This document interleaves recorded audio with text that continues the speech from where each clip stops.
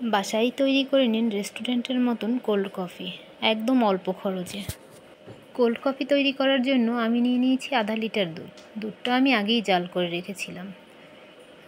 দুধটা প্রায় 7-8 ঘন্টা আগে জাল করে ডিপ ফ্রিজে রেখে দিয়েছিলাম। আপনারা চাইলে দুধটা ডিপ ফ্রিজে না রেখে এর ভিতর আইস ব্যবহার করতে পারেন, কিন্তু আমি আইস ব্যবহার করব না।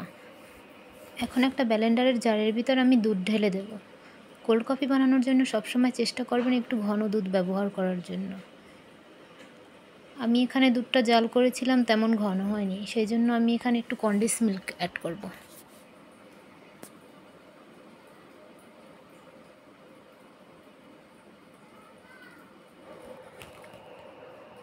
আমি 5 টাকা দামের 4টি কফির প্যাকেট নিয়েছি।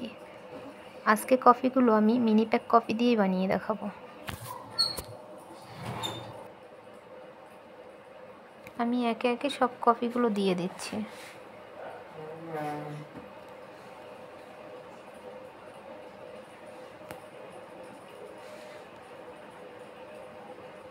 আর স্বাদ বাড়ানোর জন্য দিয়ে দেবো একটি ভ্যানিলা ফ্লেভারের আইসক্রিম।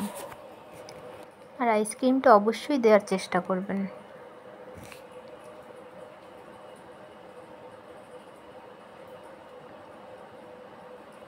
এখন দিয়ে দেব চিনি। চিনি আপনারা যে যতটুকু খেতে পছন্দ করেন সেরকমই দেবেন। আমি একটি ছোট কাপে করে নিয়েছিলাম, তা থেকে পুরো দেইনি।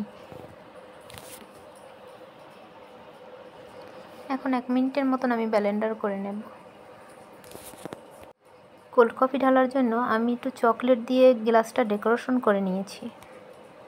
আপনাদের কাছে চকলেট না থাকলে ডেকোরেশন করার কোনো প্রয়োজন নেই, এতে স্বাদের কোনো কমতি হবে না। 1 মিনিট ব্লেন্ডার করার পর কফি আমি গ্লাসে পরিবেশন করব।